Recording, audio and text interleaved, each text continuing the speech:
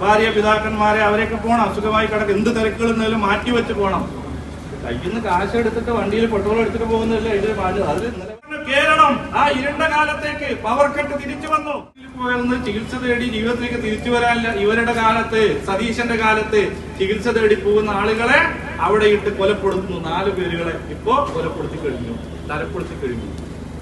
ഇപ്പൊ കേരളത്തിന്റെ എല്ലാ നേട്ടങ്ങളും തകർക്കുന്നതിന്റെ ഭാഗമായിട്ടാണ് ഈ പ്രാദേശിക ഭരണകൂടം. ഞങ്ങൾ ഈ സമരം ചെയ്യുമ്പോൾ മനസ്സിലാക്കണം, ഇത് ഇടതുപക്ഷത്തിന്റെ 10-12 കൗൺസിലർമാർക്കല്ല.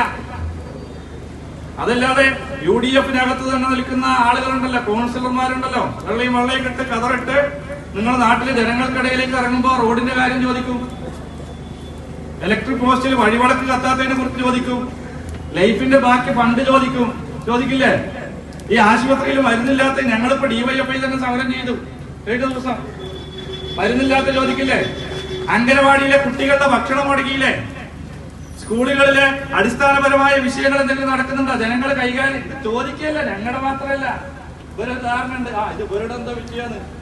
ജനങ്ങൾക്കിടയിലേക്ക് മറ്റാൾക്ക് കുഴപ്പമൊന്നുമില്ല. കേരളം ചരിത്രത്തിലെ നോക്കൂ, ഏറ്റവും വലിയ പ്രളയ സമാനമായ ഒരു സാഹചര്യത്തിലൂടെ മുന്നോട്ട് പോകുമ്പോ കേരളത്തിന്റെ മുഖ്യമന്ത്രി എന്താ ചെയ്ത് നിങ്ങൾ ഇന്നലെ കണ്ടു. മൂപ്പര് മലപ്പുറത്ത് പ്രധാനപ്പെട്ട ആളുകളുടെ വീട്ടിൽ കുഴിമന്തി കഴിക്കുകയാണ്. കുഴിമന്തി കഴിച്ച് വിരുന്ന് കൊള്ളുകയാണ്. തക്കാരം. എന്തിന്റെ തക്കാരം എന്നറിയോ? എന്തിന്റെ തക്കാരമാണ്? അത് മുസ്ലിം ലീഗ് നേതാവിന്റെ വീട്ടിൽ. കേരളത്തിലെ മുസ്ലിം സമുദായത്തെ ഉൾപ്പെടെ മതനിരപേക്ഷ വിശ്വാസികളെ ആകെ ഒറ്റുകൊടുത്തതിന്റെ തക്കാരാണ് അവിടെ കൂടിയത്. ഞാൻ അതിന്റെ വിശദാംശങ്ങളിലേക്ക് വരുന്നില്ല.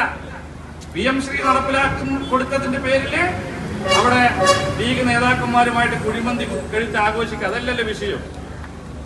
ഇപ്പൊ എന്തൊക്കെ വിവാദങ്ങളായിരുന്നു. ഹെലികോപ്റ്ററിൽ മുഖ്യമന്ത്രി ദുരന്ത ഘട്ടങ്ങളിൽ കേരളത്തിന്റെ മുൻ മുഖ്യമന്ത്രി ഹെലികോപ്റ്ററിൽ ഒന്ന് സഞ്ചരിച്ചു പോയ ഇവിടെ വലിയ ചർച്ച. ആരൊക്കെ പറയുന്നത്? ഇപ്പൊ എങ്ങോട്ടാ പോയത്?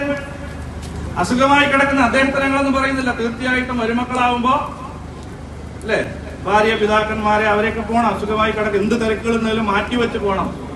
കയ്യിൽ നിന്ന് കാശ് എടുത്തിട്ട് വണ്ടിയിൽ പെട്രോൾ എടുത്തിട്ട് പോകുന്നില്ല. അതിൽ ഇന്നലെ വരെ പറഞ്ഞിരുന്നു.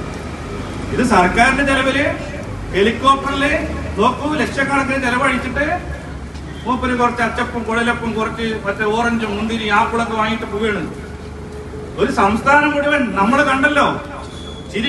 ചിരിക്കാത്ത മുഖ്യമന്ത്രി എന്നെല്ലാം പറഞ്ഞ് നമ്മളിവിടെ വലിയ നോക്കൂ, ഈ കേരളമാകെ പ്രളയക്കെടുതിയിൽ മുങ്ങിത്താഴുമ്പോ, പിഞ്ചു കുരുന്നുകൾ മരണപ്പെടുമ്പോ, മനുഷ്യൻ നോക്കൂ നിലവില്ല കയത്തിൽ ഒഴുകിപ്പോകുമ്പോ, ജീവനാപാധിയും വീടും മറ്റ് സ്ഥാപനങ്ങളുമെല്ലാം തകർന്ന് മനുഷ്യൻ നിരുപാധികം തെരുവിലിറങ്ങി വിലപിക്കുമ്പോ അവരെ ചേർത്ത് നിർത്താൻ, അവരിലേക്ക് ഇറങ്ങിച്ചെല്ലാൻ, ഈ പ്രളയത്തിൽ ജനങ്ങളെ അങ്ങനെ ഒരു മുഖ്യമന്ത്രി ഇറങ്ങിച്ചെന്നിരുന്ന ഒരു മുഖ്യമന്ത്രി നമുക്കുണ്ടായിരുന്നല്ലോ.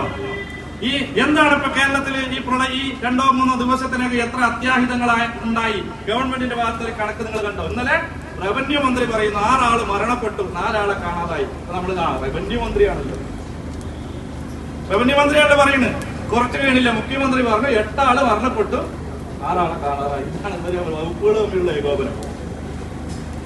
ഈ രീതിയിലേക്ക് കേരളത്തെ എത്തിച്ചു. ചുരുങ്ങിയ ദിവസങ്ങൾ കൊണ്ട്, മാസങ്ങൾ കൊണ്ട് നമ്മൾ പറഞ്ഞു കേരളം ആ ഇരുണ്ട കാലത്തേക്ക് പവർ കട്ട് തിരിച്ചു വന്നു.